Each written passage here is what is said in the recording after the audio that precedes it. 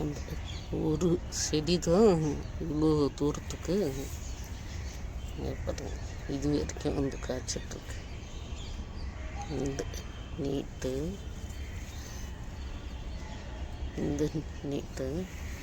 இவ்வளோ தூரத்துக்கு வந்து காய்ச்சிக்கிட்டுருக்கு.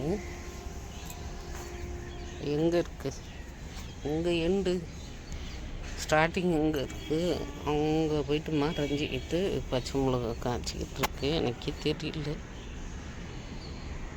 இந்த வருஷம் பச்சை மிளகா செடி இது இன்னும் ஒரு இடத்துல ஆரஞ்சு கலர் இருக்குது. அதுவும் நானே எதிர்பார்க்கல. அந்த மாதிரி இது சும்மா வீட்டில் சமையலுக்கு யூஸ் பண்ண அந்த மிளகாய் தான். அதனுடைய விதை மிளகா பெருசாக இருந்துச்சு. அதோட விதையை கொண்டு வந்து போட்டேன். இதுவும் இவ்வளோ காய் வச்சிட்ருக்கு. இதில் என்ன கூத்துன்னா, நானே பறித்து சாப்பிடல. என் வீட்டில் வாடகைக்கு இருக்கிறவங்க வந்து இந்த செடியில் இருக்கிற மிளகாய் புறம் பறிச்சுட்டு போயிருக்காங்க. விதை கூட்டு வந்து அவரைக்காயை பறிச்சுட்டு போயிருக்காங்க.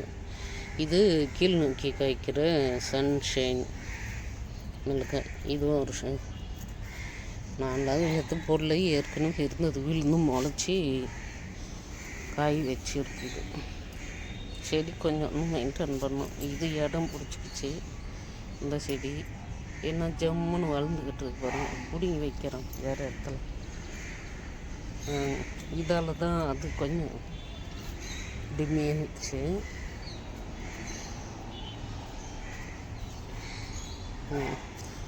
இன்னொரு விஷயம் உங்களுக்கு காட்டணும், தனியாக வீடியோ பண்ண முடியல. இதுதான் ஸ்ரீதேவி செங்கழுநீர் அப்படின்ற ஒரு பூ.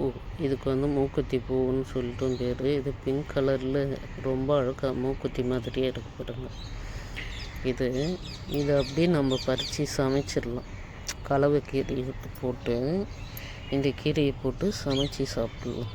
ரொம்ப நல்லாயிருக்கும்.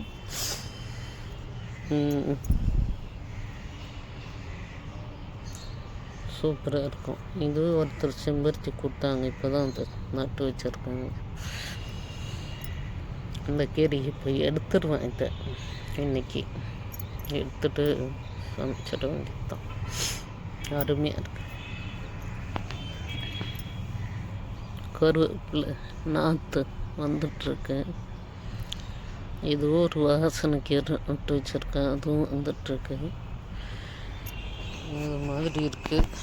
தக்காளி, கொடி தக்காளி இப்போ வந்து அழகான தக்காளி. இதுவும் ஒரு அருமையான வெரைட்டி தான். இதுவும் நல்ல காய்க்குது. இன்னைக்கு கொஞ்சம் அறுவடை இருக்குது. ரொம்ப சின்ன ஆயிடுச்சு தக்காளி. கொஞ்சம் சாப்பாடு போடணும், தண்ணி அந்த மாதிரி கொடுத்தா கொஞ்சம் பெருசாக வைக்கணும்னு நினைக்கிறேன். கொத்தாக வைக்கிதுங்க இந்த தக்காளி. ஒன்றுத்துக்கு இந்த மாதிரி வருது, ஒன்றுத்துக்கு இந்த மாதிரி சாதாரணமாக வருது. எல்லாம் பாலினேஷன் மிக்சிங் நினைக்கிறேன். எல்லாம் மிக்சிங் ஆகிடுச்சு, பாலினேஷன் நினைக்கிறேன். ஒன்றே தான் விட்டுருக்கு. அதனால் விதைக்கு விட்டுட்டான். திருப்பி காய் வைக்க மேலே சொல்ல தெரியல. இந்த காய் ஆச்சரியம். என் கத்திரிக்காயில் அம்மாடி புழு வைக்கிறதுன்றது ஆச்சரியப்படக்கூடியதாக இருக்குது. என்னத்த சொல்கிறது, புதுசாக இருக்குது கத்திரிக்காயில் பூச்சி வைக்கிறது. இதுவும் பூச்சி வச்சுருக்கு. இதுக்கு மேலே இதை கூட தீட்டேன் பறிச்சிடலாம். இதுவும் பாருங்கள், நானும் நெய் மிளகுன்னு சொல்லிட்டு நினச்சி வளர்த்துக்கிட்டு இருந்தேன். பச்சை காந்தா தெரியுது, பச்சை காந்தாரி. இதெல்லாம் காய் வச்சதே நான் பார்க்கல பாருங்கள். கீழே 2 இருக்குது, இங்கே 4 இருக்குது.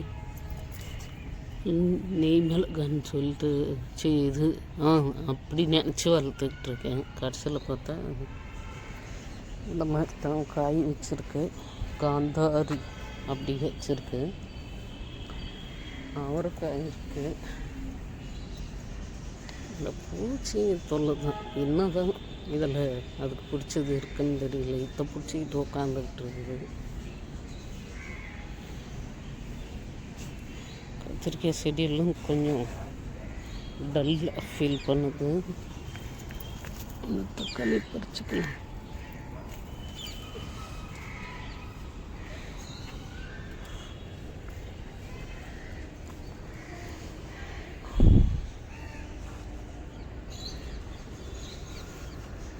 இதுவும் சொத்தை அது பாருங்களேன். இன்னும் ஆச்சரியமாக இருக்குது. இது வரைக்கும் நடந்ததில்லை. இப்போ தான் பூச்சி பிடிக்குது காய். சும்மா ஓடி வந்துட்டேன். ஒரு பாத்திரம் எடுக்காமல். தோட்டம் ஒரே டல் இருக்குது. சரியாக மெயின்டைன் பண்ணல. இந்த காயும் பறிச்சிடலான்னு நினைக்கிறேன். வெண்டைக்காய் பறிச்சிடுவோம். ஏற்கனவே வேத்த எடுத்து வச்சுருக்கேன்.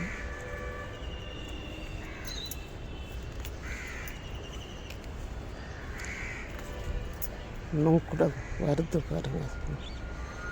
சீட்ஸ் வேணும்னு கூட விட்டுக்கலாம். மர வெண்டையம் கஸ்தூரி வச்சு இது யானை தந்தம் வெண்டைன்னு நினச்சிக்கிட்டு இருந்தேன் நான். கடைசியில் பார்த்தா மர வெண்டை வந்துக்கிட்டு இருக்கு. அதுவும் ஒரு சிறப்பான காய் தான். தரையில் இருந்துச்சுன்னா ஏகப்பட்ட காய் வைக்கும்போல இருக்குது. கொத்து கொத்தா.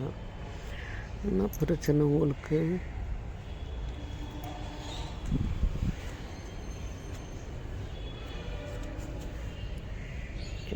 இன்னும் ஏதோ பிரச்சனையில் இருக்காங்க இந்த செடிங்க போகிறோம் பாருங்கள். பூச்சி வருது. என்ன காரணம் கண்டுபிடிக்கிறது நான்.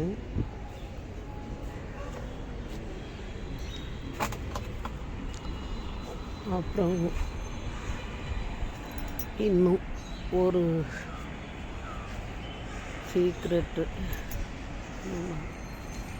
8 மாதம் கழித்து நம்ம சொரையம்மா இப்போ தான் பாலினேஷன் ஆனாங்க போல் இருக்குது.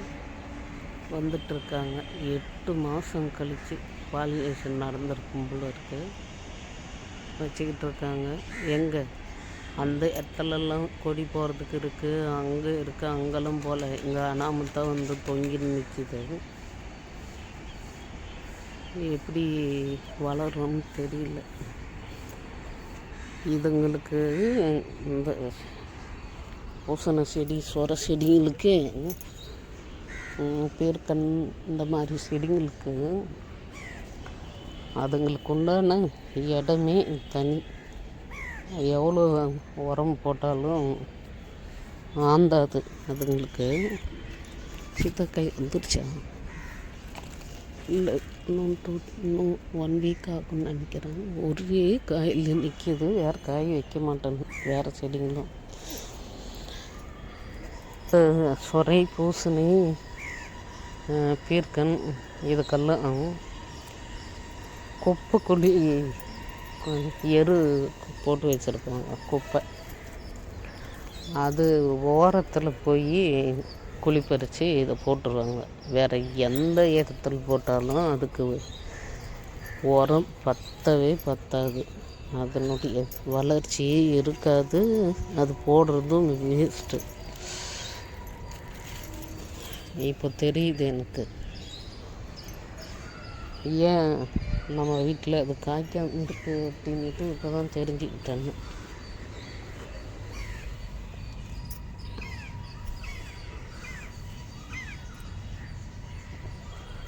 அது மாதிரி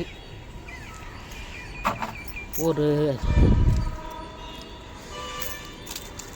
சிறந்த அரோடை கொத்தாக எடுக்கணும் அப்படின்னாக்க தரையில் வைக்கணும். அது மாடி தோட்டத்துக்கெல்லாம் 1, 2 காய் வச்சாலே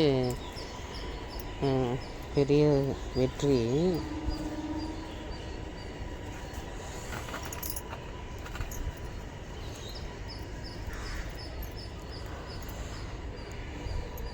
ஒரு மனுஷன் வாழ்கிறதுக்கு எத்தனையெல்லாம் கண்டுபிடிக்க வேண்டியதாக இருக்குது. இது ஒரு சூப்பர் அவரை. அது பாட்டு கொடி ஓட்டிக்கிட்டு காய வச்சுக்கிட்டு இருக்கு பாருங்க. அது ஒரு ரீசன் வந்து ஒரு ரொம்ப சின்ன பேக்கு, அது 12க்கு 12 பேக்கு அவரை வச்சுருக்கிறது. அதுக்கு எவ்வளோ முடியுமோ அந்த அளவுக்கு பேலன்ஸ் பண்ணி காய வச்சிட்ருக்கு.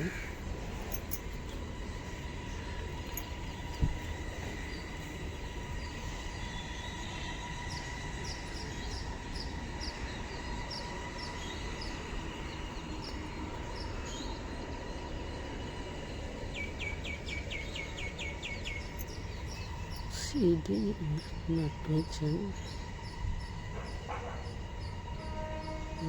காணும். பூனை என்ன செஞ்சுருக்கு, நேற்று தான் காட்டினேன். இங்கே இந்த செடி வச்சு பிடுங்கி தள்ளிட்டு போயிட்டுருக்குது.